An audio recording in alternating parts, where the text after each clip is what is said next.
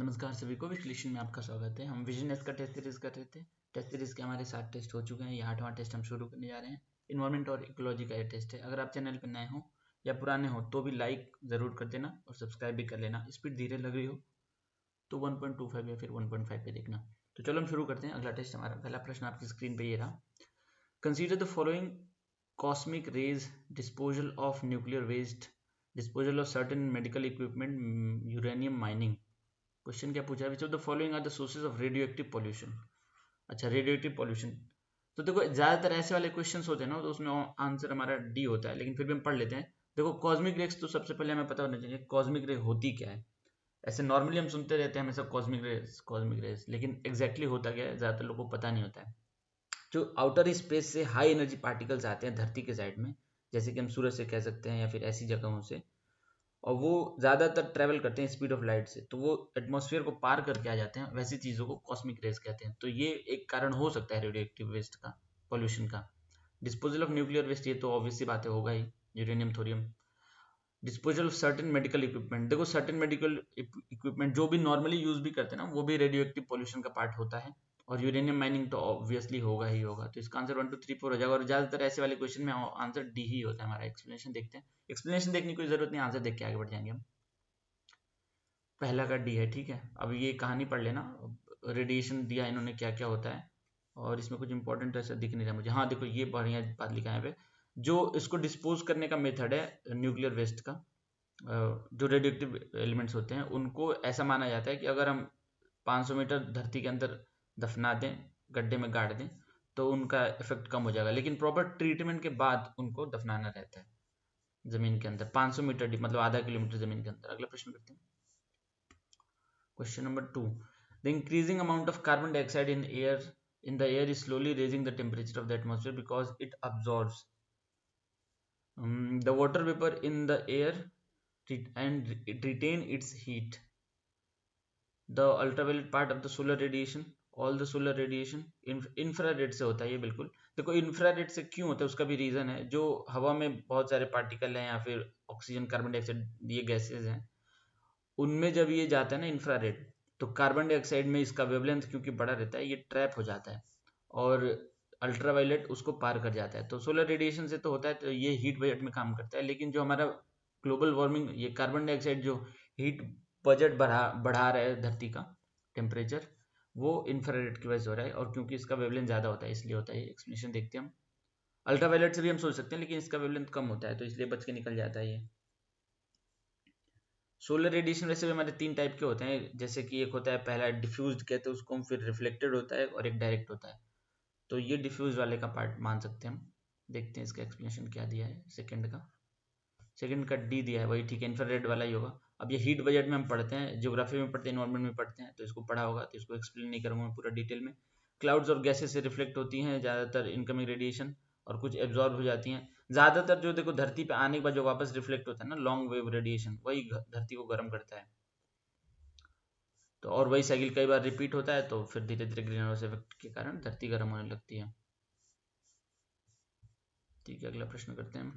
Question number 3। In the context of environment and ecology, spring shock refers to. Spring shock देखो, एक होता है thermal shock या thermal pollution भी कहते हैं। जैसे कि इंडस्ट्रीज वगैरह होती हैं आसपास में, उनसे जो एफ्लुएंट निकलता है, उनका वेस्ट वाटर निकलता है, तो ज़्यादातर उसका टेम्परेचर गर्म रहता है क्योंकि वो इंडस्ट्री से निकल रहा है। तो उसको अगर हम डायरेक्ट पानी में डिस्पोज कर देते हैं तो उसको थर्मल पॉल्यूशन कहते हैं। थर्मल शॉक भी हो जाता है वो। तो वैसे ही एक होता है स्प्रिंग शॉक। स्प्रिंग शॉक क्या होता है, अभी ये कुछ दिन पहले किसी कारणवश न्यूज़ में भी था। ये जब हम कुछ जलाते हैं ना, या फिर जो व्हीकुलर पोल्यूशन होता है, तो उससे N2 SO2 ये सब निकलते हैं, तो ये जाते हैं एटमॉस्फेयर में, फिर जो दूर दराज जाके बर्फों पे बैठ जाते हैं, बर्फ पे। फिर जब थोड़ा गर्मी का मौसम, जैसे कि अभी स्प्रिंग चल रहा है, स्प्रिंग शुरू होता है तो वो बर्फ पिघलता है जब, तो ये अचानक से फ्रेश वाटर में मिल जाता है, और इसके कारण वो पानी दूषित हो जाते हैं। तो उसको ही कहते हैं हम स्प्रिंग शॉक। ऑप्शन पढ़ते हैं क्या दिया इन्होंने। Sudden increase of the pH level of water bodies due to industrial runoff. तो इंडस्ट्रियल रन ऑफ तो हम, मैंने बताया, वो थर्मल वाला हो जाएगा, तो ये नहीं होगा। Sharp decline in the pH of water. Decline in the pH of water, decline मतलब कहने का एसिडिक हो जा रहा है। देखो पीएच होता है ना, 7 से इधर वाला एसिडिक होता है, ऊपर वाला बेसिक होता है। तो डिक्लाइन मतलब एसिडिक हो गया पानी due to rapid melting of snow that causes accumulated that releases accumulated acidic pollutants. Acidic pollutant pH घट रहा है तो एसिडिक हो रहा है, और स्नो की बात कर रहे हैं तो यही होना चाहिए मेरे हिसाब से। और देख लेते हैं, gradual increase in the acidity of soil due to prolong acid rain. नहीं, एसिड रेन से नहीं लेने देने से। Immediate neutralization of acidic water bodies by natural alkaline substance, ये भी नहीं है। आंसर देखते हैं इसका, बी होना, सॉरी ये कौन सा बी लगा ना, बी होना चाहिए इसका, क्योंकि वो बर्फ की वजह से होता है, उसको स्प्रिंग शॉक कहते हैं। क्योंकि स्प्रिंग शॉक यहाँ पे लिखा है। अब इसको पूरा कहानी पढ़ लेना क्या लिखा होगा इन्होंने, पॉज करके चाहो तो।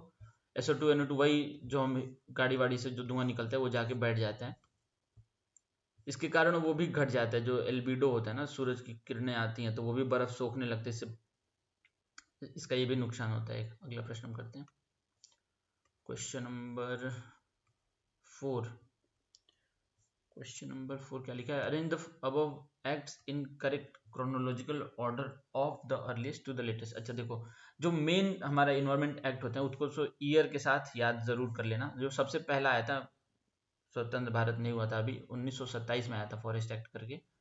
तो उसके बाद ये आज़ादी के बाद की बात कर रहे हैं। तो देखो, इन्वायरमेंट प्रोटेक्शन सबसे पहले हमें ये याद रखना है कि वाइल्ड लाइफ प्रोटेक्शन एक्ट आता है 1972 में। उसके बाद हमारा आएगा सबसे पहले वाइल्ड लाइफ के बाद आता है वाटर कंजर्वेशन एक्ट आया था 1974 में। तीसरे नंबर पे आया था फॉरेस्ट कंजर्वेशन एक्ट। तो इसमें किसकी बात है, फॉरेस्ट कंजर्वेशन दिया ना ये, तो इन तीनों में सबसे पहले ये हो जाएगा, क्योंकि फॉरेस्ट कंजर्वेशन एक्ट हमारा आया था 1980 में। और उसके बाद देखते हैं हम, तो अगर हम ऑप्शन से एलिमिनेट करना चाहें तो हम तो ऐसे ही काट देंगे, इसका आंसर डी हो जाएगा। लेकिन हम वैसे देख लेते हैं, इन्वायरमेंट प्रोटेक्शन एक्ट आया था, मुझे जहाँ तक लग रहा है 1986 में आया था। ये राजीव गांधी थे शायद उस टाइम प्रधानमंत्री। और biological diversity act Atal ji के टाइम पे आया था 2002 में। तो ये इसका हो जाएगा 213, तो इसका आंसर डी होगा। और हमें ऐसे भी एलिमिनेट भी कर लेते तो हो गया होता। और इसका एक शॉर्ट ट्रिक भी है शुरू वाले याद करने का, WWF करके। पहला वाला जो वाइल्ड लाइफ प्रोटेक्शन एक्ट होता है, दूसरा वाला वाटर कंजर्वेशन, और तीसरा वाला फॉरेस्ट कंजर्वेशन। तो WWF करके याद कर लेना अगर चाहो तो। बाकी तो उसके बाद कई सारे एक्ट आए थे, सबसे लेटेस्ट वाला वो था, अभी अमेंडमेंट भी हुआ था किसी में 2022-23 में। क्वेश्चन नंबर 4 का डी है, ठीक है। फर्स्ट कंजर्वेशन एक्ट देखो 1980 में आया था, इन्वायरमेंट प्रोटेक्शन एक्ट 86 में था। और इसके क्या मैंडेट हैं ये सब पढ़ लेना। बायोलॉजिकल डाइवर्सिटी एक्ट 2002 में आया था, ये सबसे मतलब लेटेस्ट में जो सबसे इंपॉर्टेंट है यही वाला आया था। इसके बाद भी आए हैं, जैसे NGT बना था 2010 में, तो वो तो एक्ट नहीं है, वो तो ट्रिब्यूनल है। अभी ये देखो, बायोलॉजिकल डाइवर्सिटी एक्ट को 23 में अमेंड भी किया, इसके बाद भी कोई अमेंडमेंट हुआ है इसको, तो ठीक है। बाकी इन्होंने शुरू से कहानी दे दी 1927 वाला, ये भी इंपॉर्टेंट रहता है लेकिन यहाँ पे पूछा नहीं है। अगला प्रश्न हम करते हैं, question number 5, consider the following pairs regarding sustainable development goal. देखो SDGs जो 17 है ना, SDG 17 है, तो उनमें से क्वेश्चन कहीं ना कहीं घुमा फिरा के ये पूछते ही रहते हैं हमेशा। तो ये 17 आपको याद होने ही चाहिए। पढ़ लेते हैं हम इसको। SDG अफोर्डेबल क्लीन एनर्जी, देखो SDG 6 है, पानी से रिलेटेड है। SDG 7 क्लीन वाटर, देखो 6 वाला यही है, क्लीन वाटर एंड सैनिटेशन। इसको याद, इसका ट्रिक है कुछ, मतलब थोड़ा अजीब सा ट्रिक है, मुझे याद है वैसे ही। अलग से मैं वीडियोस के लिए बना दूंगा अगर चाहो तो, या तो फिर कुछ अपने तरीके से याद कर लेना। अगर चाहिए अलग से कुछ मुझे बनाने तो लिख देना कमेंट में, मैं बना दूंगा किसी 5 मिनट का, ज़्यादा बनेगा नहीं। तो 6 वाले का क्लीन वाटर होता है, ये पता है हमें। SDG 7 होता है अफोर्डेबल क्लीन एनर्जी, ये भी पता है हमें। तो ये दोनों तो ऐसे गलत काट देंगे हम। SDG 11 होता है सस्टेनेबल, हाँ ये ठीक है, कम्युनिटीज वाला है SDG 11। और 13 होता है क्लाइमेट एक्शन। तो 13 का तो मैंने ऐसे याद किया था कि अगर क्लाइमेट एक्शन नहीं लिया तो सभी लोग मर जाएंगे, सबकी 13वीं पास है, तो ऐसे मतलब कुछ ट्रिक बना के सारे याद हो जाएंगे ऐसे। तो 13 वाला सही है, 11 सही है, तो इसका आंसर 3 और 4 हो जाएगा, मतलब कि ओनली 2 आंसर हो जाएगा। एक्सप्लेनेशन देखते हैं, ये भी याद करने वाली चीज़ है, रटने वाली, इसमें क्या ही एक्सप्लेन करूँ मैं। 5th का बी ठीक है, मतलब 2 ऑप्शन सही है। देख लो, पहला नो पॉवर्टी, 0 हंगर, ये सबके ट्रिक हैं, ठीक है। अगर यूट्यूब पे ढूंढ मिल जाएगा, नहीं याद होगा तो लिख देना कमेंट में, मैं किसी दिन करा दूंगा इसको। अगला प्रश्न पढ़ते हैं, which of the following is correct regarding the Gothenburg protocol. देखो ये बर्ग वाले जितने भी नाम होते हैं ना, कल भी मैंने बताया था जो सर वाले नाम थे हरियाणा में थे, और बेट वाला मैंने बताया था गुजरात में थे। तो जैसे ही बर्ग दिखे तो ये समझ लो कि किसी यूरोप के देश का स्पेसिफिकली, और अगर जनरली यूरोप के देश का स्पेसिफिकली बात करें तो या तो ये होता है जर्मनी का, जैसे हिंडनबर्ग तो दूसरी चीज हो गई। क्या नाम है यार उसका, जर्मनी में से कई सारे नाम है बर्ग वाले, देख लेना, मुझे अभी नहीं याद आ रहा फिलहाल, लेकिन बर्ग वाले नाम या तो जर्मनी में रहते हैं, और वो लोग उसको BERG लिखते हैं, और ये BURG लिखा है मतलब ये यूरोप के ही किसी और देश की बात कर रहे हैं। स्वीडन, नॉर्वे वगैरह में भी ऐसे नाम होते हैं। तो गोटेनबर्ग जो प्रोटोकॉल हुआ था, गोटेनबर्ग, ये हुआ था UNFCCC के बाद भी प्रदूषण बदल रहा था धरती का माहौल, तो यूरोप वालों ने इकट्ठे मिलकर बोला, यूरोप और विकसित देशों ने जैसे कि US, कनाडा वगैरह ने, कि हम अपना आपस में प्रोटोकॉल करेंगे जो कि लीगली बाइंडिंग होगा और प्रदूषण कम करने के लिए करेंगे। तो यही इनका ये था। देखते हैं क्या दिया option. It aims to check illegal immigration, तो नहीं है, लेकिन इसके लिए अब जरूर कुछ होगा। इलीगल इमिग्रेशन के लिए बहुत बड़ा मुद्दा हो गया ये। It addresses acidification, eutrophication and ground level ozone pollution, हाँ ये हो सकता है। It is global pact for peace use, गलत है ये स्पेस के लिए तो अभी कोई बराबर ट्रीटी बनी नहीं है जो सब पे लागू हो, तो ये तो वैसे ही गलत है। It is a protocol to be member of Interpol, ये भी गलत है। इंटरपोल जो इंटरनेशनल पुलिस को कहते हैं, इंटरपोल। CBI, भारत में CBI इसका एजेंसी होता है मीडिया ऑफ कम्युनिकेशन का। तो इसका आंसर बी हो जाएगा। इजी क्वेश्चन है ये भी, मतलब अगर पता है तो, नहीं तो फिर तो गलती हो जाएगा ये। ऐसा क्वेश्चन नहीं आता है तो नहीं अटेम्प्ट करना होता है। और ये पूरा लंबा चौड़ा सस्टेनेबल डेवलपमेंट गोल का लिस्ट दे रखा है। 6th का आंसर बी है, गोतेनबर्ग। अब ये देख लेना, इसमें यही है कि इन लोगों ने इकट्ठा होके बोला था कि प्रदूषण हम अपने यहाँ कम करेंगे, और ये लीगली बाइंडिंग है। ये बहुत बड़ी बात है, याद रखना। इसमें लिखा होगा कहीं पे, अगर लिखा होगा तो, लिखा नहीं है क्या इसमें? ये लीगली बाइंडिंग होता है, इसमें पता नहीं लिखा है कि नहीं लिखा। ठीक है, अगला प्रश्न हम करते हैं। और ये 2019 से फोर्स में आया था। हम अगला प्रश्न करते हैं, question number 7th। Zero debris charter is world leading effort to become debris neutral in space. देखो ये चार्टर आया था, अभी मैंने बोला था ना ऊपर, स्पेस के संबंधित कोई बड़ा नहीं आया अभी तक कानून, तो देखो आ ही गया, लेकिन ये पूरे दुनिया पे एप्लीकेबल नहीं है। Space by 2030, how many of the following are signatory of the charter? Romania, India, USA, European Union, China. देखो अगर ऐसा है तो सबसे पहले तो चाइना को इसको हम काट ही देंगे। ऐसी बात जब भी होती है तो चाइना वाले कुछ हामी नहीं भरते हैं, और US भी नहीं भरता है ऐसी चीज़ों में। जैसे कि NPT देख लें, उसमें भारत ने भी साइन नहीं किया, तो भारत होता तो मैं पक्का 100% पता होगा।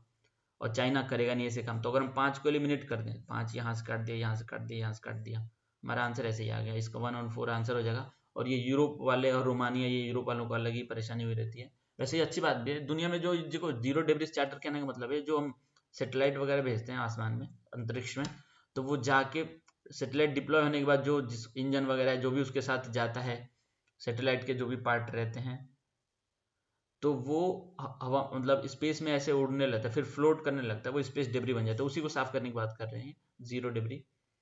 तो इसमें भारत नहीं है, तो 1 2 3 4 में इसका 3 काट देंगे, आंसर हमारा 5th। इसका आंसर भी हो जाएगा। एक्सप्लेनेशन देखते हैं क्या दिया है, कुछ बढ़िया दिया होगा तो पढ़ लेंगे। ये यूरोपियन स्पेस एजेंसी ने इसको लीड किया था, और 12 देश, सिर्फ 12 देश हैं, ज़्यादातर यूरोपियन ही होंगे मुझे लगता है। Austria, Belgium, Cyprus, Estonia, Germany, Lithuania, Poland, पुर्तगाल, रोमानिया, स्लोवाकिया, स्वीडन, सारे यूरोप वाले ही हैं। India, China and US are not signatories. ठीक है, अब इसको सबमिट हुआ था इसका स्पेन में। ठीक है, ये सब हमें नहीं जानना है। ये देख लेना, ये ऑन्ड बाई USA नहीं है, और इसमें भारत सिग्नेटरी नहीं है, बड़ी बात है, ये हमें याद होना चाहिए। अगला प्रश्न हम करते हैं, question number 8। The term memory of the world program. Memory of the world program, देखो ये चलाता है, इसको इसलिए चलाया जाता है कि कुछ ऐसी चीजें होती है ना दुनिया में जो हम धीरे धीरे समय के साथ भूल सकते हैं, तो उसको ताकि हम भूले नहीं, इसलिए उसको संभाल के रखने के लिए ये प्रोग्राम चलाता है, यूनेस्को चलाता है। ऐसे वाली चीजें यूनेस्को ही करता है। Sometime seen in the news is primarily associated which of the following organization? International cultural diversity organization, पता नहीं, ये तो इसका नाम तो मैंने सुना तो लग रहा है, लेकिन ये नहीं होगा इसका। United Nation Education, Scientific and Cultural Organization, यही है, यूनेस्को का पूरा नाम लिखा है यहाँ पे। International freedom arts council and cultural agency, पता नहीं, ये भी, इसका भी नहीं पता मुझे। इंटरनेशनल हेरिटेज, और इसका आंसर देखो यूनेस्को ही होगा, क्योंकि ये भी न्यूज में से ही पूछा है सीधे सीधे। यूनेस्को का हमें पता है 1992 में बना था ये, और हेडक्वार्टर इसका पेरिस में है, और इसका मेन काम यही रहता है कि सेफगार्ड करता है, प्रोटेक्ट करता है जो हेरिटेज साइट होती हैं, और वहाँ पे एक्सेस फैसिलिटेट कराता है। तो बस इतना हमें जानना है। और ये वाला इंटरनेशनल कल्चरल डाइवर्सिटी ऑर्गेनाइजेशन है, इसका मुझे लगता है इसका काम डाइवर्सिटी नाम से पता चल रहा है, ये दुनिया भर में वो डाइवर्सिटी और मल्टीकल्चरलिज्म ये सब फैलाने का काम करते होंगे ये। तो इसका आंसर बी है, देखते हैं हम 8th का आंसर बी है। ठीक है, यूनेस्को ने न्यूज में क्यों था ये, रीसेंट कॉन्टेक्स्ट, अच्छा हाँ देखो ये इसीलिए न्यूज में था। पंचतंत्र जो होती है ना कहानियां, पंचतंत्र की कहानियां, और रामचरितमानस सबको पता ही है, गोस्वामी तुलसीदास जी ने लिखा था, और ये श्राद्धलोक लोकाना, इसको लिखा था उन्होंने जगन्नाथ पंडित करके कोई थे, 17th सेंचुरी में पोएट थे, उन्होंने लिखा था। तो ये तीनों को मिला है इस लिस्ट में अपना जगह यूनेस्को के memory of the world Asia Pacific regional register में, इसलिए ये न्यूज़ में था। और इस संस्था का यही काम है कि ऐसी चीज़ों को जो भूल न जाए उसको सुरक्षित रखना है। तो और क्या इसमें क्या ही है, इसमें अभी फिलहाल 494 इंस्क्रिप्शन हैं, 2023 तक का ही डेटा दिया है। तो ठीक है, इतना डिटेल में नहीं जानना है, ये जानना है कि 3 चीज़ें मिली हैं। रामचरितमानस सबको पता होता है, पंचतंत्र के बारे में ज़्यादातर लोगों को पता होता है, इसमें अच्छी अच्छी कहानियाँ लिखी रहती हैं। और शाहदलोक लोकान, इसको याद रखना, जगन्नाथ पंडित, इस पर पूछ सकता है क्वेश्चन, जगन्नाथ पंडित ने लिखा था ये, 17th सेंचुरी पोएट थे शायद ये। अगला प्रश्न हम करते हैं, which of the following organization have been established under the wildlife protection act 1972। देखो सबसे पहला एक्ट यही था। इसमें पूछा क्या क्या हुआ था। Wild life crime control, wild life crime control bureau, ये शायद तभी बना था। सेंट्रल जू अथॉरिटी, देखो ये जू अथॉरिटी तभी बनता है, ये तो ठीक है। National board for wild life, ये भी तभी बना था, ये भी ठीक है। एनटीसीए, एनटीसीए 1992, एनटीसीए शायद बाद में बना था। तो अगर हम इसको काटते हैं फोर्थ को, तो हमारा आंसर ए होना चाहिए फिर, लेकिन जू बना है इसमें पक्का, ये तो श्योर है। तो देखो जू अथॉरिटी इसमें बना है, ये तो श्योर है। तो 72 में अगर हम इसको रखते हैं सेकंड को, तो पहला ऑप्शन तो नहीं होगा कैसे भी, और सी भी नहीं होगा। तो इसका आंसर या तो बी होगा या फिर डी होगा, और ये भी बनाइए, तो इसका आंसर डी होना चाहिए मेरे हिसाब से। एनटीसीए लेकिन देर में बना था काफ़ी। एनटीसीए से रिलेटेड एक और न्यूज़ अभी बना था, 10-15 दिन पहले ही आया था, जो भारत ने बनाया था ना, बिग कैट अलायंस दुनिया भर में। तो इसमें 5 देश शामिल हो गए हैं भारत को लेके, तो ये एक बड़ी न्यूज़ है इससे रिलेटेड। तो देख लेते हैं इसका आंसर, मुझे लगता है या तो डी या बी, डी में ज़्यादा चांस लग रहा है मुझे। हाँ डी है इसका आंसर, ठीक है। 1972 में ये आया था, इसको अमेंडमेंट देखो 2022 में हुआ है रिसेंटली, और इसके फीचर्स हैं दुनिया भर के, ये पढ़ लेना। इसको बनाया गया था इसके एक्ट के तहत ही, सेंट्रल जू अथॉरिटी 1992 में। हाँ इस एक्ट के तहत इसको बनाया गया है जू अथॉरिटी को, वही तो एनटीसीए भी बाद में बनाया काफ़ी।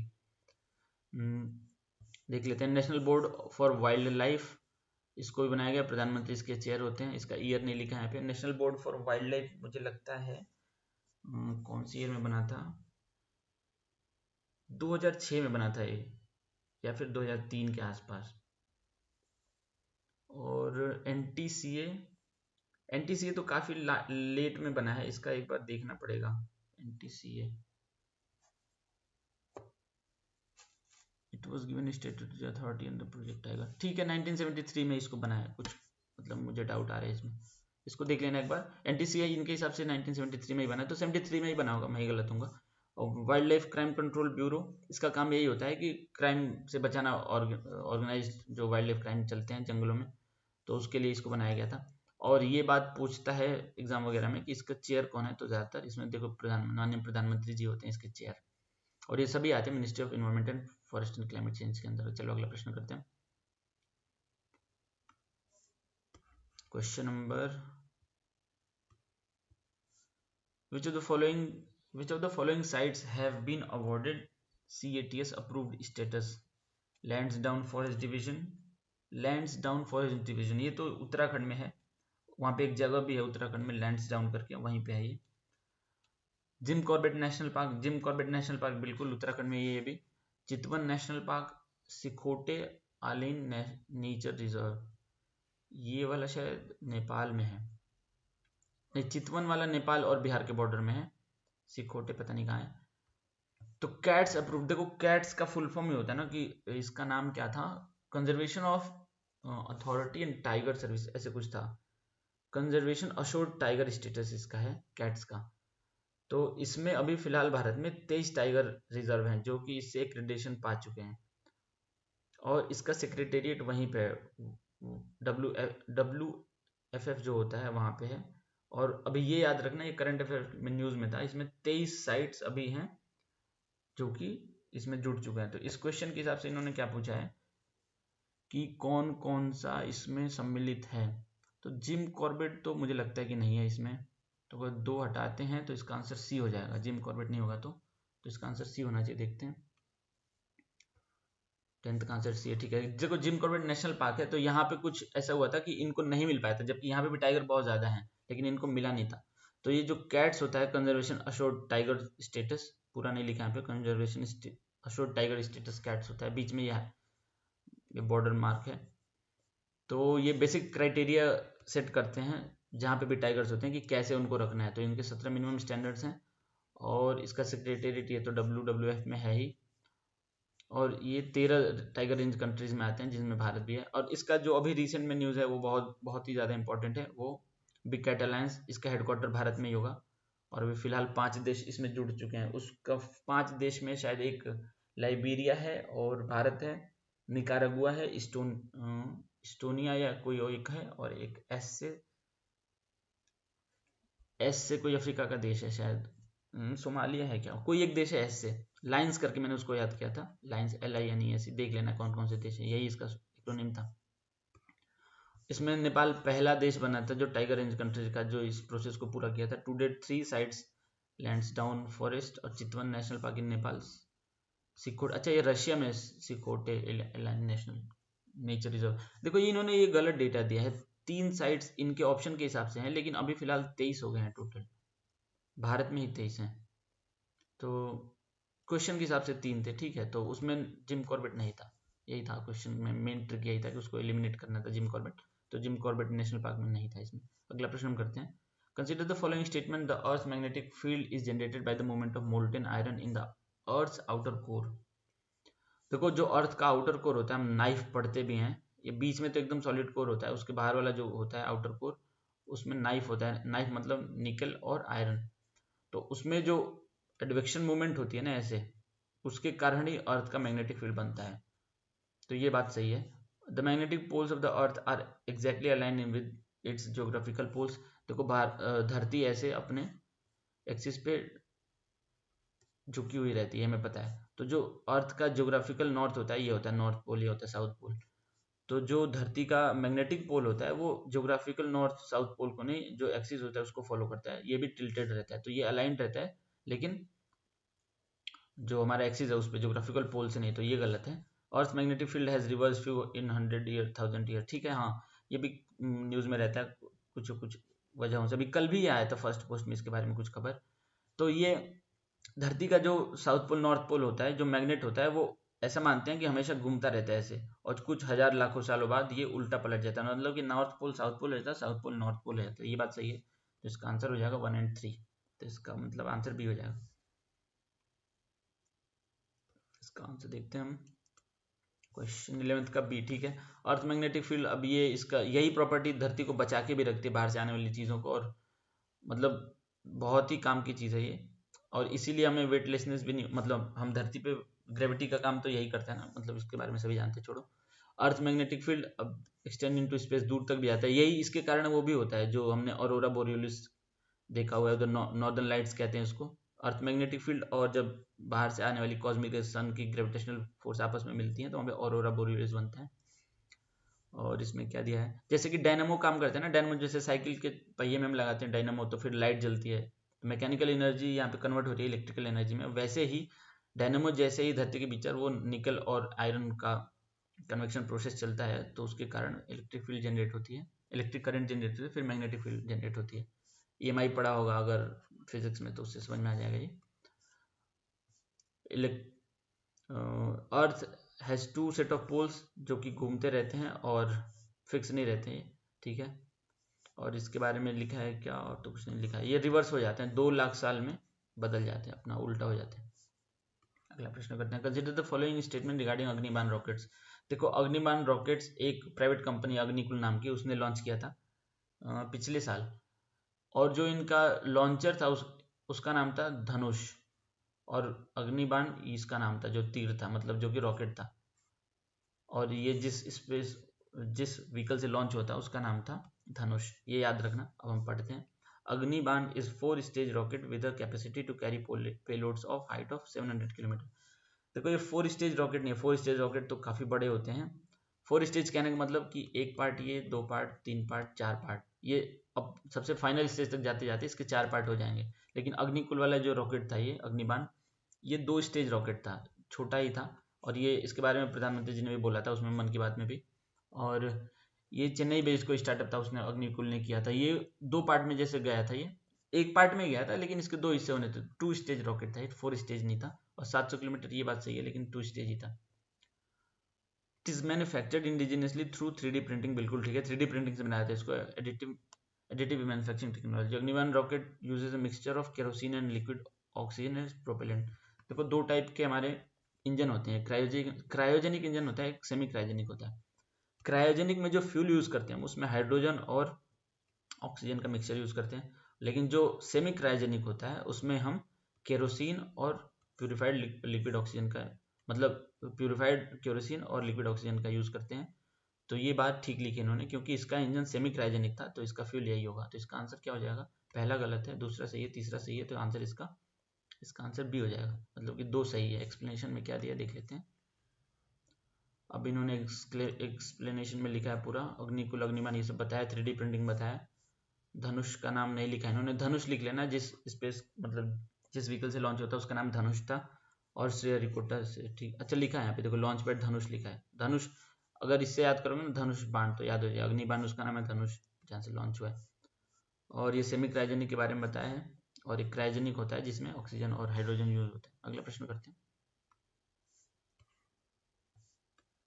विच of the following best describes biological chemical oxygen demand. देखो बीओडी क्या होता है, जब पानी में कुछ भी इकट्ठा होने लगता है, ऑर्गेनिक मैटर इकट्ठा होने लगता है, तो उसको डीकम्पोज होने के लिए, एरोबिक डिकम्पोजिशन के लिए उसको ऑक्सीजन चाहिए होता है। तो उस टाइम पे उस पानी की ऑक्सीजन की डिमांड बहुत ज़्यादा बढ़ जाती है, उसको ही हम कहते हैं बीओडी, बायोलॉजिकल ऑक्सीजन डिमांड। एक होता है सीओडी, केमिकल ऑक्सीजन डिमांड।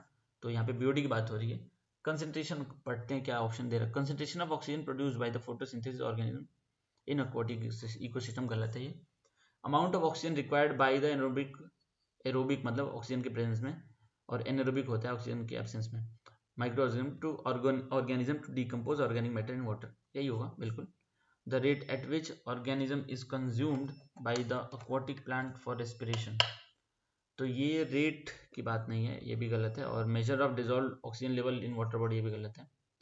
इसको एस्फेक्सिया कुछ कहते हैं, मतलब उसकी कमी हो जाती है। तो छोड़ो, ये नहीं है, इसका आंसर भी होगा। और इसके एक्सप्लेनेशन मैंने बताई थी क्या होता है। 13th का आंसर बी है, ठीक है। The amount of oxygen required by bacteria to break down the organic matter. देखो वहाँ पे क्योंकि बहुत ज़्यादा ऑर्गेनिक मैटर इकट्ठा हो गया तो उसको डिकम्पोज होगा, तो जितना ज़्यादा मैटर होगा उतना ज़्यादा ऑक्सीजन चाहिए होगा, स्वाभाविक सी बात है बिल्कुल। तो बैक्टीरिया फंजाई इन लोगों को चाहिए होता है ऑक्सीजन डिकम्पोज करने के लिए। और क्या है, ये मेजर करता है amount of oxygen for a specific period of 5 days, temperature 20 degree, ठीक है। इतना डिटेल में आंसर, इन्वायरमेंट के आंसर लिखने में काम कर सकते हैं, प्रीलिम्स के लिए तो इतना डिटेल में नहीं जाएगा। Consider the following statement, biomagnification occurs with a single trophic level. देखो 2 टाइप का होता है, जो हमारा कंसंट्रेशन बढ़ता है ना ट्रॉपिक लेवल या फिर किसी स्पीसीज में, तो 2 टाइप से वो बढ़ता है। तो या तो वो खुद के ही अपने ही लेवल पे बढ़े, मतलब खुद उसी स्पीसीज में बढ़े, या तो फिर वो ट्रॉपिक लेवल को क्रॉस कर ले। तो जो ट्रॉपिक लेवल को क्रॉस कर जाता है उसको हम कहते हैं बायोमैग्निफिकेशन। तो यहाँ पे क्या दे रखा है, biomagnification occurs with in a single trophic level, तो ये गलत है, इसको बायो एक्यूमुलेशन कहते हैं। और बायोमैग्निफिकेशन वो फूड चेन में ट्रांसफर होता है, ऊपर अगले ट्रॉपिक लेवल तक जाता है। Mercury and DDT are common biomagnifying substances, बिल्कुल ठीक है। जैसे डीडीटी वाला तो काफी न्यूज, मतलब इसको बड़ा कारण भी है। डीडीटी के साथ क्या हुआ था, इसका पूरा नाम होता है डाइक्लोरो डाइएथाइल ट्राई मिथाइल, ऐसे कुछ बड़ा सा नाम है इसका।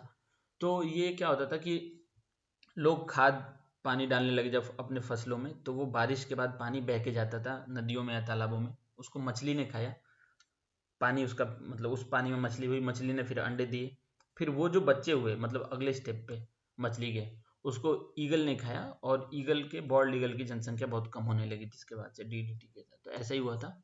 तो ये मैग्नीफाइंग सब्सटेंस है, दूसरा सही है, इसका पहला गलत है क्योंकि बायो एक्यूमुलेशन होगा, या तो फिर यहाँ पे अलग डिफरेंट टॉपिक लेवल हो जाएगा, दोनों में से कोई एक होगा, तब सही हुआ, वैसे गलत है।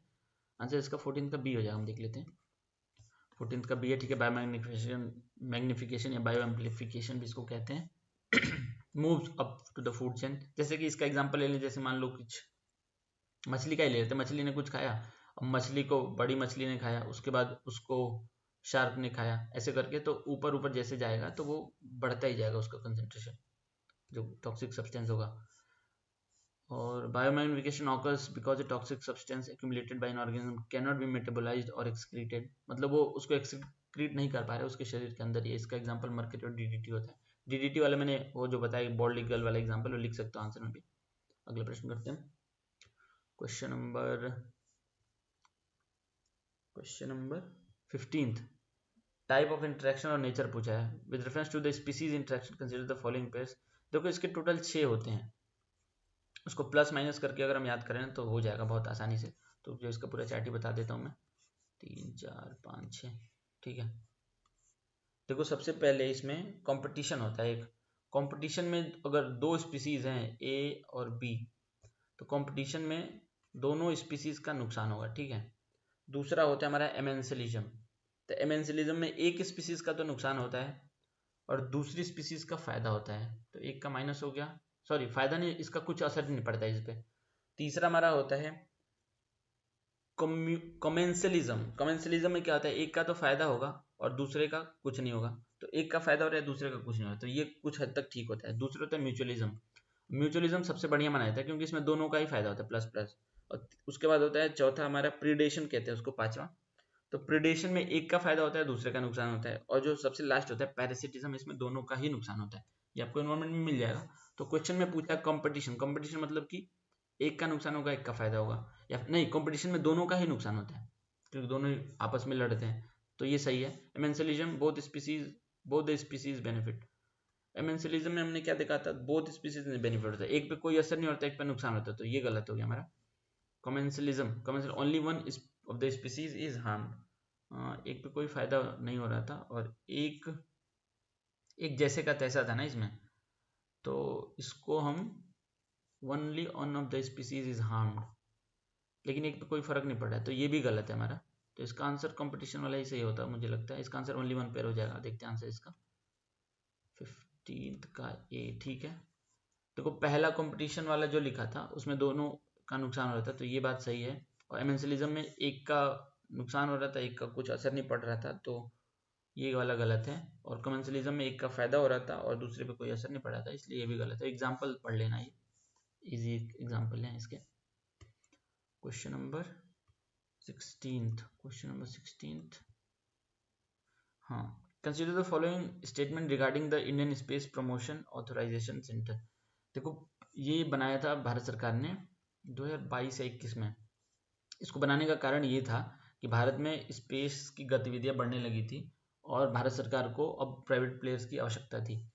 तो पहले केवल इसरो ही सारे काम देखता था, तो इनको अगर कोई पॉइंट ऑफ कांटेक्ट चाहिए अगर किसी से प्राइवेट प्लेयर्स को, तो वो किसके पास जाएगा। तो इसके लिए भारत सरकार ने इन स्पेस को बना दिया था। It operates under the administrative control of the ISRO. Administrative control ISRO का नहीं रहता है, इसरो केवल हैंड होल्डिंग कर सकता है। जैसे कि मान लो किसी प्राइवेट प्लेयर को अपना सैटेलाइट भेजना है तो वो इन स्पेस के थ्रू इसरो को जा सकते हैं, तो ये एडमिनिस्ट्रेटिव कंट्रोल नहीं रहता है इसरो का, तो ये गलत है। It provides a single window clearance for the all space related activities for non governmental entities, ये बिल्कुल ठीक है, इसीलिए बनाया ही था इसको, सिंगल विंडो क्लियरेंस और बाकी प्राइवेट प्लेयर का इन्वेस्टमेंट लाने के लिए। It acts as a interface between ISRO and non governmental entities, बिल्कुल ठीक है ये। जैसे अभी हम अग्निकुल का एग्जाम्पल लें, अब अग्निकुल प्राइवेट वो स्टार्टअप है, उसको अपना लॉन्च करना था रॉकेट, तो वो इन स्पेस के थ्रू गए होंगे इसरो के पास, तो वही काम है इनका। तो दूसरा और तीसरा इसका आंसर सही हो जाएगा, ऑप्शन 2 हो जाएगा इसका आंसर। 16th का बी है आंसर, एक्सप्लेनेशन पढ़ लेना, यही लिखा होगा। स्पेस पॉलिसी 2023 में आई थी, उसमें आया था, ठीक है। अगला प्रश्न हम करते हैं, question number 17th। IUCN Red List of Threatened Species is one of the most well-known objective assessment for classifying the status of plants, animals, and other organisms threatened with extinction. How many of the above is a criterion to assess? मतलब IUCN क्या क्या consider करता है इन लोगों को extinct या फिर threatened, ये सब बताने के लिए। पढ़ते हैं। रेट ऑफ पॉपुलेशन डिक्लाइन बिल्कुल करता है। ज्योग्राफिकल रेंज ये भी करता है, क्योंकि मान लो किसी एक ही रेंज में कोई जानवर जंतु है और वहाँ पे कोई बीमारी आती है तो फिर वो मर जाएंगे, उनका जनसंख्या ही खत्म हो जाएगी, एक्सटिंक्ट हो जाएंगे, तो ये भी कंसिडर किया जाता है। Whether the species already possesses a small population range, हाँ ये भी ठीक है। कि मतलब कितने जनसंख्या में उनकी कितनी संख्या कितनी है, कितने उनके स्पीसीज में, तो ये भी कंसीडर करते हैं। तो इसको ऑल 3 हो जाएगा, इजी क्वेश्चन है ये। एक्सप्लेनेशन देखते हैं। 17th का सी, IUCN इज एन NGO, ठीक है, देखो IUCN भी NGO ही है, बहुत अच्छे। The organization is best known for compiling, ये जो हम देखते हैं ना, वल्नरेबल, नियर थ्रेटेंड, एक्सटिंक्ट, जो बड़ी सी लिस्ट आती है हमेशा, तो वो IUCN ही बनाता है। तो उसको बनाने के लिए क्या क्या कंसीडर करता है, उसके 5 क्वालिटेटिव क्राइटेरिया होते हैं, जैसे कि range of population decline, sorry rate of, geographical range, species की कितनी small population, species is very small, और ये लिव्स इन रिस्ट्रिक्टेड एरिया, ये तो एक तरीके से एक ही बात हो गई दोनों। Whether the result of qualitative analysis indicate high probability of extinction in the wild, अगर मतलब देख रेख नहीं किया गया या जो भी एनालिसिस आया इसमें क्या ऐसा दिखा रहा है क्या कि एक्सटिंक्ट हो जाएंगे वाइल्ड में, तो ये भी सोचना रहता है इनको। अगला प्रश्न हम करते हैं, question number 18th। It consider the following statement regarding deep fakes. देखो डीप फेक्स तो इलेक्शन के टाइम पे बहुत चला था, अभी भी चलता ही है, जो AI का यूज करके हम अलग अलग कोई वीडियो बना देता है, किसी का फेस लगा देता है, किसी का बाद रहता है, ऐसा करते हैं लोग, डीप फेक वही होता है। It involve the creation of fake audio and visual using neural network. हाँ बिल्कुल ठीक है, न्यूरल नेटवर्क देखो एक तरीके का AI टेक्नोलॉजी है, जिसमें मशीन मॉडल जो ऑलरेडी डेवलप अवेलेबल डेटा है उसको प्रोसेस करके कुछ तीसरी चीज मतलब अलग चीज बना देता है जो उससे ही संबंधित होता है, पहले से ही मॉडल पे जिस पर ट्रेन हुआ है, तो उसको न्यूरल नेटवर्क कहते हैं। Section 66D of the information technology act defines the defect. Defect अभी आए, ये कैसे डिफाइन करेगा जब तक अमेंडमेंट नहीं करेंगे, तो ये तो गलत है, पहला वाला ही सही है। तो ये तो इजी क्वेश्चन है, इसका एक्सप्लेनेशन देखने की आवश्यकता लगती नहीं मुझे। ये इलेक्शन के टाइम पे बहुत ज़्यादा न्यूज़ में था, क्योंकि किसी ने वीडियो सर्कुलेट कर दिया था माननीय गृह मंत्री जी का, उसके बाद थोड़ा बवाल मचा था। ठीक है, इसके बहुत सारे इश्यूज है, पॉलिटिकल मैनिपुलेशन ये हुआ ही था मिस इन्फॉर्मेशन के लिए। वेपनाइजेशन अगेंस्ट वुमेन, वुमेन का भी फोटो वोटो लगा के लोग पोर्नोग्राफी, इम्पर्सनेशन ये सब भी कर सकते हैं। सिक्योरिटी रिस्क है, लीगल रिस्क, एथिकल रिस्क, सब कुछ रिस्क है। जो सेक्शन 66D है उसमें नहीं है इसका कोई डेफिनेशन, आगे भविष्य में हो सकता है अगर अमेंडमेंट करते हैं तो। अगला प्रश्न हम करते हैं, और ये उसलिए भी न्यूज में था, एक कोई एक्ट्रेस हैं, क्या नाम है उसका, उनका भी किसी ने डीप फेक बनाया था, तो उसके बाद भी कोई कंप्लेंट हुई थी, भारत सरकार ने उस पर एक्शन लिया था, तो उसलिए भी न्यूज में था ये। Consider the following statement regarding indoor air pollution. Indoor air pollution देखो क्या होता है, जो एक तो बाहर पोल्यूशन होता है जो हमें पता रहता है कि बाहर AQI इंडेक्स इतना है, एक होता है इंडोर एयर पोल्यूशन। एक अभी आया था ब्रांसन करके कोई था, जॉन ब्रांसन करके कोई, USA से आया था, वो अभी बीच में निखिल कामत के पॉडकास्ट से उठ के चला गया था, उसको इंडोर पोल्यूशन से ही दिक्कत था, तो ये क्वेश्चन भी पूछ दिया इन्होंने। क्वेश्चन क्या पूछा इन्होंने, देखते हैं। Radon which is found in certain building materials can cause lung cancer. बिल्कुल ठीक है, देखो रेडॉन बना था रेडियम से, मतलब पहली बार इसका डिस्कवरी हुआ था, मैडम मैरी क्यूरी थी, उन्होंने डिस्कवर किया था रेडियम, और रेडियम का ही चेन रिएक्शन पढ़ रहा था कोई साइंटिस्ट था, पता नहीं क्या नाम था उसका, तो उसको रेडॉन मिला था। तो मैडम ये जो क्यूरी थी, मैरी क्यूरी, ये स्वयं भी इनकी मृत्यु हो गई थी रेडियो एक्टिविटी के कारण ही। तो बिल्कुल ये लंग कैंसर का कारण होता है रेडॉन, जो हम पढ़ते हैं ना noble gas, helium, neon, xenon, krypton, radon, तो वही नोबल गैस भी है लेकिन रेडियो एक्टिव है, कैंसर कॉजिंग है। Biological chemicals such as those released by the mold colonies are allergens can aggravate asthma। बिल्कुल ठीक है, मोल्ड कॉलोनी कहने का मतलब जो फफूंदी लग जाती है, या फिर जो सीलन वाले घर होते हैं, या फिर कहीं ऐसे आसपास पॉलन ग्रेन्स होते हैं, वो भी एलर्जी का कारण होते हैं, और जिनको अस्थमा या फिर साइनस की समस्या होती है उनको दिक्कत होती है बहुत ज़्यादा, तो ये बात भी सही है। बायोलॉजिकल केमिकल्स होते हैं वो। Volatile organic compound employed by air fresheners can cause damage to kidneys, ये भी बिल्कुल सही है। एयर फ्रेशनर या फिर पेंट हो गया या फिर स्प्रे हो गया कोई, इस सब में जो कंपाउंड होते हैं वो काफ़ी हार्मफुल होते हैं और उससे दिक्कत होती है, किडनी पे ही क्या सभी जगह दिक्कत होती है, तो सही है तीसरा, इसका तीनों ही आंसर सही हो जाएगा। ऐसे वाले क्वेश्चन में ज़्यादातर सभी होते हैं सही। तो 19th का C है, ठीक है। और ब्रायन जॉनसन का मैंने बताया, अभी रिसेंटली हुआ था 5-10 दिन पहले ही, और रेडॉन की कहानी बता ही दी। इसमें से रेडियो एक्टिव डीके होता है, देखो radioactive decay of radium होता है, रॉक फॉर्मेशन में मिलता है, ठीक है। Biological chemicals, animal dander, pollen plant, ये जैसे फफूदी वगैरह मान सकते हो इसमें बायोलॉजिकल केमिकल में, या फिर सीलन, सीलन को भी एक तरीके से कह सकते हैं। क्वेश्चन नंबर 19th हो गया, 20th करते हैं। Consider the following statement regarding DigiLocker. देखो डिजी लॉकर आपके फ़ोन में एक ऐप आता है, एंड्रॉयड आईफोन सब पे है, तो ये क्या करता है कि जो हमारा डेटा रहता है जैसे कि आधार हो गया या फिर कोई ऐसे डॉक्यूमेंट होते हैं जो उसको हम डिजिटली फॉर्म में सेव कर सकते हैं, इसको भारत सरकार बहुत जोर देती है। जैसे आज के टाइम पे आप कहीं एडमिशन लेने जाएंगे तो सीधे आपका डिजी लॉकर अकाउंट से लिंक हो जाएगा और वहाँ से वो सारे डेटा निकाल लेंगे। फिर इन्होंने इसके लिए एक ABC एक भी लेके एकेडमिक बैंक ऑफ क्रेडिट करके, तो अब एडमिशन के टाइम पे ABC ID भी मिलती है, तो वो आपका बता देगा आपने कितनी पढ़ाई की है, कहाँ पे क्या किया, ये सब। तो ठीक है, डिजी लॉकर के बारे में देखते हैं। DigiLocker is a flagship initiative of the ministry of education. और जब हम एग्जाम देने जाते हैं जो बायोमेट्रिक भी होता है, तो वहाँ पे भी डिजी लॉकर में आप कभी खोल के देखेंगे तो वहाँ पे ऑथेंटिकेशन रिक्वेस्ट रहती है, घर पे आके देखना कभी। तो डिजी लॉकर में वो जो अंगूठा लगाते हैं वो शो करता है डिजी लॉकर में, एक माई एक्टिविटी में जाके देखना। DigiLocker is a flagship initiative of the ministry of education under the digital India programme. बिल्कुल ठीक है। The issue documents in DigiLocker system are treated at par with the original documents. बिल्कुल ठीक है। IT act 2000 का जो है उसको अमेंड करके ये बात बोल दी गई है कि डिजी लॉकर बिल्कुल प्रत्यक्ष जो डॉक्यूमेंट होते हैं उसके जैसा ही काम करेगा। जैसे कि आपके पास DL नहीं हो, ड्राइविंग लाइसेंस नहीं हो, आप जा रहे हो तो आप मोबाइल में दिखा सकते हैं अपना licence. User can access their DigiLocker account only through Aadhaar based authentication. Aadhaar based authentication एक माध्यम है, बाकी आप पिन से भी कर सकते हैं और उसमें तो यूजर नेम भी पूछता है और मोबाइल नंबर से भी कर सकते हैं। तो आधार बेस्ड एक ऑप्शन है, सिर्फ एक ही ऑप्शन नहीं है, तो ये गलत है। इसका आंसर हो जाएगा ओनली 1 2 सही है, तो इसका आंसर हो जाएगा B। इसका एक्सप्लेनेशन नहीं पढ़ेंगे, इसमें क्या पढ़ना है यार, एक सेकेंड, इसका आंसर A दे रखा है कैसे? ये तो सही है, दूसरा भी सही है, तो इसका आंसर B हो जाएगा ना। फिर तीसरा गलत है यार, treated at par with original physical documents, ये तो सही है।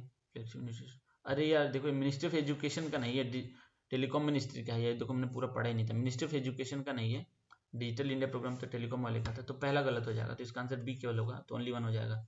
जल्दी जल्दी पढ़ने के चक्कर में गलत हो गया ये वाला सही था, डॉक्यूमेंट वाला। और इसको लॉन्च किया था मिनिस्टर ऑफ इलेक्ट्रॉनिक्स ने, कम्युनिकेशन जो भी अश्विनी वैष्णव वाला मिनिस्ट्री है उन्होंने किया था। और digi locker registration is simple, इसको मोबाइल आधार से भी कर सकते हैं और पिन से भी कर सकते हैं। ठीक है, ये मैं पता है, और वो जल्दी पढ़ने में गलत हुआ था, वरना सही हो जाता है। Consider the following statement regarding eutrophication.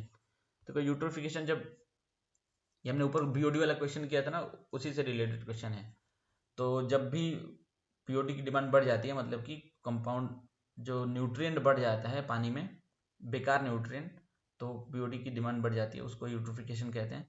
Decreases the biological oxygen demand of a water body. Eutrophication में इंक्रीज होता है, तो ये गलत है। Eutrophication leads to decrease in oxygen level in the water bodies. हाँ, ये क्योंकि एक तो BOD में इसका डिमांड खपत हो ही रहा है, ऊपर से ये क्या करता है, ऊपर पानी पूरा जितने पे रहता है, ये ऊपर आपने देखा होगा एल्गल ब्लूम या फिर कुछ भी ऐसा, तो ऊपर पानी पूरा इकट्ठा कर लेते हैं ये। जैसे वाटर हायासिंथ भी एक इन्वेजिव स्पीसीज है, तो यूट्रोफिकेशन में हायासिंथ का तो कोई लेना देना है, लेकिन अगर किसी भी कारण से पानी बंद हो जाता है ऊपर से, तो सनलाइट पास नहीं करती, तो नीचे ऑक्सीजन का लेवल घटने लगता है, एक्वाटिक एनिमल मर जाते हैं फिर। तो यूट्रोफिकेशन से ऊपर पूरा बंद हो जाता है ऑक्सीजन का सप्लाई, नीचे तो ऑक्सीजन घट जाता है। तो इसका आंसर दूसरा सही है और पहला तो गलत था, तो इसका आंसर हो जाएगा second is correct and first is सही, तो यही वाला हो जाएगा, इसका आंसर D हो जाएगा। एक्सप्लेनेशन देखते हैं हम 21st का D। Eutrophication is process where water body such as lake coastal areas become enriched with nutrient बढ़ जाते हैं। ठीक है, बायो BOD हमने देखा ये ऊपर। और यूट्रोफिकेशन बायोलॉजिकल ऑक्सीजन डिमांड बढ़ा देगा, बिल्कुल ऑब्वियस सी बात है। और इसके कारण ऑक्सीजन लेवल वही कम हो जाता है, क्योंकि ऊपर इकट्ठा हो जाता है, नीचे हाइपोक्सिक एनवायरमेंट हो जाता है, मतलब ऑक्सीजन कम हो जाता है, नीचे के जानवर मर जाते हैं फिर, इसको एनॉक्सिक भी कहते हैं। अगला प्रश्न करते हैं हम। Consider the following statement. Central CPCB advises the central government on any matter concerning prevention and control of water and air pollution and improvement of water quality of air. तो CPCB का ये काम है, बिल्कुल ठीक है। ये CPCB एक बॉडी थी, बनी थी 1974 में, वो जो एक्ट आया है 72 वाले के बाद ही बना था ये, तो ये सही है।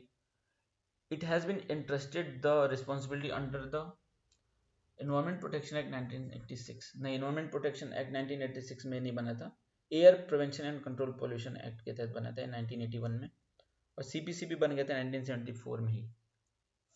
तो इसका आंसर हो जाएगा, पहला सही है, दूसरा गलत है, तो answer statement 1 is correct, statement 2 is wrong, ये गलत है, मतलब आंसर इसका C हो जाएगा। देखते हैं आंसर। ठीक है, 22 का C है। CPCB बना था 74 में, और इसको शक्तियाँ मिली हैं एयर प्रिवेंशन कंट्रोल पॉल्यूशन से, ठीक। और एक्सरसाइज में क्या दिया है, एडवाइजर सेंट्रल गवर्नमेंट ये बताते हैं कि कहाँ पे प्रदूषण है, क्या करना है, पानी शुद्ध साफ करने के लिए और एयर क्वालिटी को मॉनिटर करने के लिए, ठीक है। इसके बाद ये लोग ले आते सफर इंडेक्स भी ले आते पोल्यूशन मेजर करने के लिए एयर क्वालिटी को। Consider the following pairs convention और इसका एम। देखो बेसल एक जगह है, बेसल नॉर्म्स भी पढ़ते हैं हम इकोनॉमिक्स में भी, तो बेसल एक जगह है स्विट्जरलैंड में, ठीक है। Action on persistent organic pollutant, नहीं बेसल में नहीं हुआ था, ये हुआ था स्टॉकहोम में। स्टॉकहोम, इसको मैंने ऐसे याद किया था कि आपके घर में आपके होम में स्टॉक है और पॉप म्यूजिक बज रहा है, तो ऐसे मैंने याद कर लिया था। तो इसका एक्शन ऑन परसिस्टेंट पोल्यूटेंट होता है स्टॉकहोम का। बेसल वाला था हजार्डस वेस्ट के लिए था ये, तो जहाँ तक मुझे लगता है इसका दूसरा वाला हो जाएगा ये, प्रायर कंसेंट ऑफ। जैसे देखो कभी कभी क्या होता है ना, किसी विकसित देशों में कुछ इनका जो वेस्ट निकलते हैं, जैसे कंप्यूटर के वेस्ट निकले, कीबोर्ड हो गया, माउस हो गया, ऐसे जो भी इलेक्ट्रॉनिक वेस्ट होते हैं बहुत ही हजार्डस होते हैं। तो ये क्या करते हैं, जैसे यूएस का एग्जांपल ले ले, ये क्या करेंगे, इकट्ठे सबको एक बड़े से कंटेनर शिप में रखेंगे और इसको ट्रांसपोर्ट कर देंगे किसी अफ्रीका के देशों में जो लोअर इनकम कंट्रीज हैं। तो ये करना गलत बात है, तो लेकिन इसका प्रायर कंसेंट लेना पड़ता है। तो यही बात बेसल कन्वेंशन में बताई थी कि वैसे नहीं भेज सकते हैं, नहीं तो रिटर्न भी कर दिया, एक बार हुआ भी था, रिटर्न कर दिया था शायद कीनिया या फिर किसी देश ने। तो बेसल कन्वेंशन वाला भी गलत है और स्टॉकहोम गलत ही है। रोटरडम देख लेते हैं, रोटरडम नीदरलैंड में है। इसमें क्या दिया है, transboundary movement of hazardous waste, तो ये वैसे ही गलत हो जाता है, इसका सारे ही गलत हो जाएंगे मुझे लगता है। देखते हैं इसका आंसर क्या दिया है, नन ऑफ द पेयर्स, इसका डी होना चाहिए, सब आपस में इंटरचेंज कर दिया है यार, बड़ा गलत हो रहा है आज।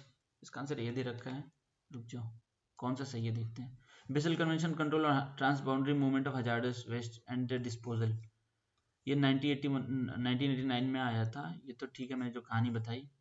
Pair 1 is not correctly match, ठीक है। रोटरडम कन्वेंशन ये नेदरलैंड में है, और hazardous chemical in order to protect human international trade of certain hazardous, ठीक है। तो नीदरलैंड वाले में होता है वो पूछ के जो मैं बता रहा था, तो ये वाला गलत हो गया था, तो pair second is incorrectly matched हो गया, ठीक है। ये नेदरलैंड में था रॉटरडम वाले में, और जो बेसल वाला था वो हजार्डस के लिए था, इसमें ट्रांस बाउंड्री ट्रांसफर का था। और स्टॉकहोम का तो वो तो पक्का पीओपी वाला ही है, Stockholm convention on persistent organic pollutant. तो ये दोनों में हमने गलती कर दी थी, तो दूसरा पेयर हमारा सही हो गया, तीसरा गलत हो गया और पहला पेयर गलत हो गया, तो इसका आंसर ओनली 1 हो जाएगा, सही दिया था आंसर, ठीक है। रोटरडम वाला सही दिया है, ठीक है। प्रायर इन्फॉर्म बेसल कन्वेंशन का ये लगा लेना, ट्रांस बाउंड्री वाला। बेसल कन्वेंशन में पूछने की बात नहीं करता है, रोटरडम नीदरलैंड वाले में करता है। ये क्वेश्चन हमारा गलत हुआ है, एक और ऊपर कोई गलत हुआ था शायद, तो इसका आंसर हो जाएगा ए। अगला प्रश्न करते हैं हम। इन्वायरमेंट पढ़े भी काफ़ी टाइम हुआ इसलिए गलत हो रहा है। Consider the following reduce nitrogen fixation, ठीक है। Imbalance in flora and fauna in soil, generation of toxic dust, increase in salinity, which of the following, how many of the above are result of soil pollution. Soil pollution मतलब कहने का मतलब यह है कि soil की अगर गुणवत्ता घटती है तो इसके क्या क्या कारण हो सकते हैं। तो नाइट्रोजन फिक्सेशन अगर घटता है तो बिल्कुल ठीक है, सॉइल पोल्यूशन का कारण है।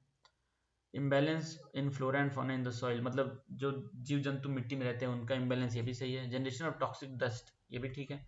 इंक्रीज इन सैलिनिटी, अगर उसमें नमक की मात्रा बढ़ जाती है तो भी ये फर्टिलाइजर वगैरह डालने से हो जाता है ये, तो इसका आंसर डी हो जाएगा। पता नहीं आज तो सारी गलत हो रही, देखते हैं इसका आंसर। 24 का डी, ठीक है। तो इसको पढ़ने की जरूरत नहीं है, आसान सा क्वेश्चन है ये। कॉन्सिक्वेंसेज क्या होते हैं सॉइल पॉल्यूशन के, फर्टिलिटी घट जाएगी, नाइट्रोजन फिक्सेशन कम हो जाएगा, इसके लिए फिर हमें अलग से खाद यूज करना पड़ेगा। अगला प्रश्न करते हैं, या फिर लेगुमिनस प्लांट लगाने पड़ जाएंगे। Consider the following pairs, solid waste management का प्रोसेस और उसका मेथड दिया है। Incineration, controlled complete combustion in absence of oxygen. Incineration में होता है प्रेजेंस ऑक्सीजन का, तो ये बात गलत हो गई। इंसिनरेशन में कंबशन तो होता है लेकिन ऑक्सीजन प्रेजेंट होता है। और जो पायरोलिसिस दे रखा है यहाँ पे, पायरोलिसिस हीटिंग और organic matter material in the presence, इसमें एब्सेंस होता है ऑक्सीजन का, तो ये दोनों फिर से इंटरचेंज कर दिया है, तो ये दोनों हम गलत काट देंगे ऐसे। Gasification conversion of waste directly into syngas, देखो सिन गैस क्या होता है ना, जो सिन गैस मिक्सचर होता है हाइड्रोजन और कार्बन मोनोऑक्साइड का, तो तो इससे हम बना सकते हैं मीथेन वगैरह, मतलब बाद में फ्यूल भी बन जाता है इससे, मीथेन मिथेनॉल कुछ भी बना सकते हैं।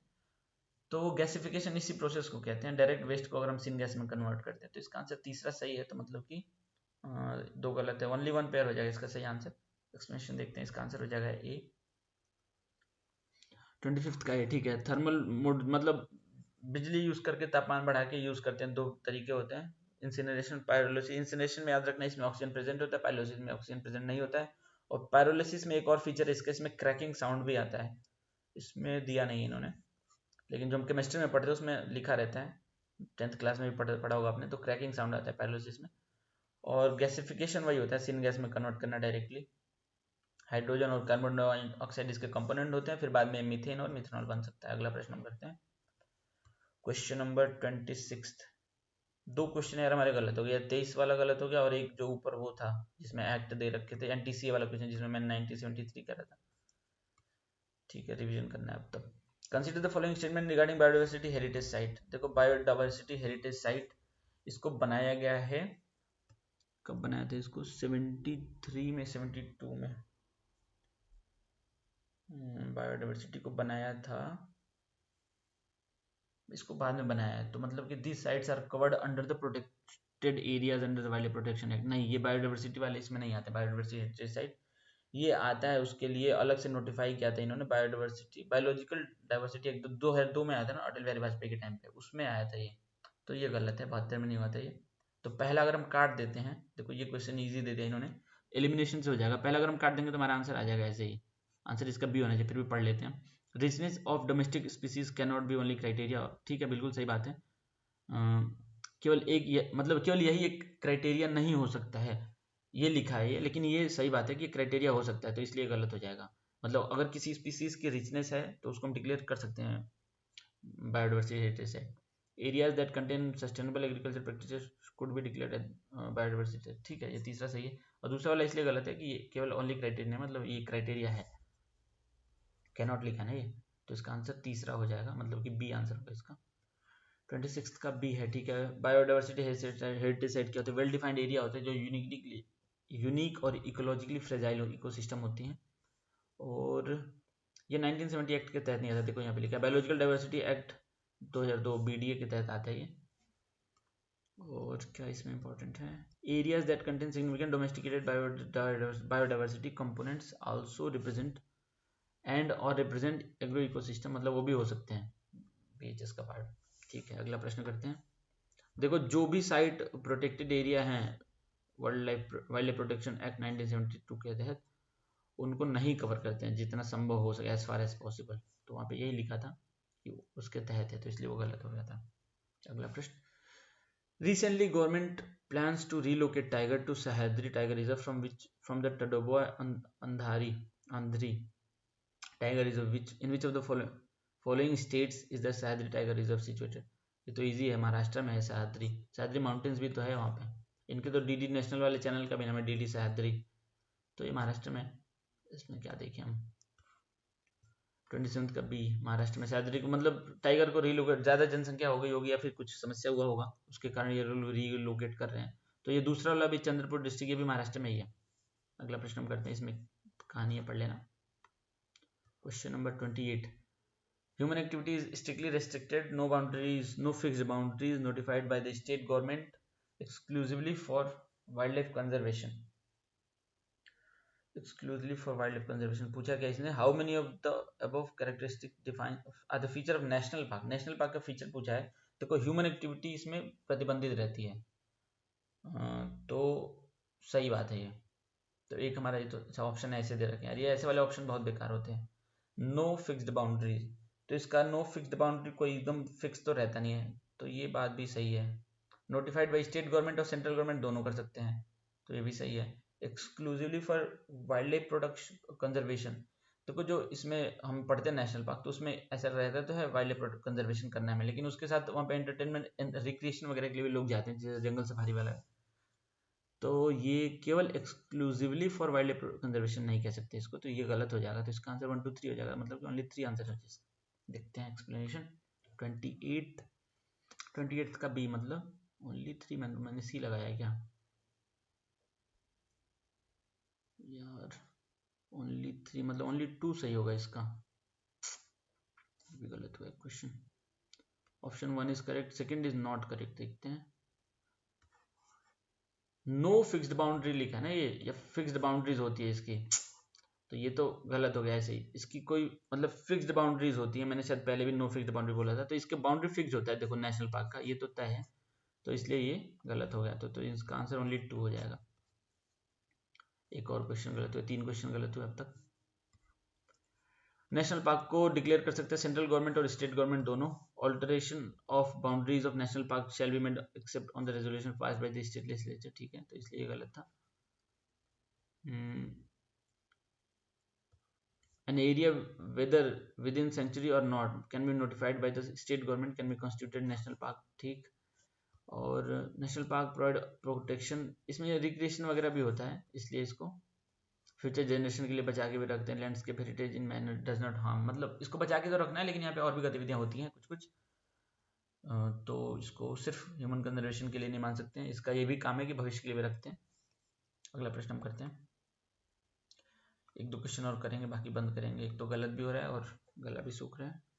Consider the following statement regarding carbon farming, it involves the use of agriculture practice that reduce green house gas emission. बिल्कुल ठीक है, कार्बन फार्मिंग का मतलब यही हुआ कि ऐसी पद्धति अपनाना कृषि में, या फिर ऐसा काम करना खेती बाड़ी में कि कार्बन फुटप्रिंट कम हो, मतलब ग्रीन हाउस गैस कम निकले या फिर अब्जॉर्ब करे, तो नेट जीरो की तरफ बढ़ने का काम करे, तो ये ठीक है। It is implemented mostly in dry region with limited water supply. बिल्कुल गलत है, ड्राई रीजन में कैसे कोई पेड़ पौधे या अनाज लगा पाएगा, तो ये, और वो भी वाटर सप्लाई भी कम है यहाँ पे, बारिश अच्छी होगी तब हो सकता है ये काम, हमेशा हर जगह नहीं हो सकता है, तो पहला सही, इसका दूसरा गलत है।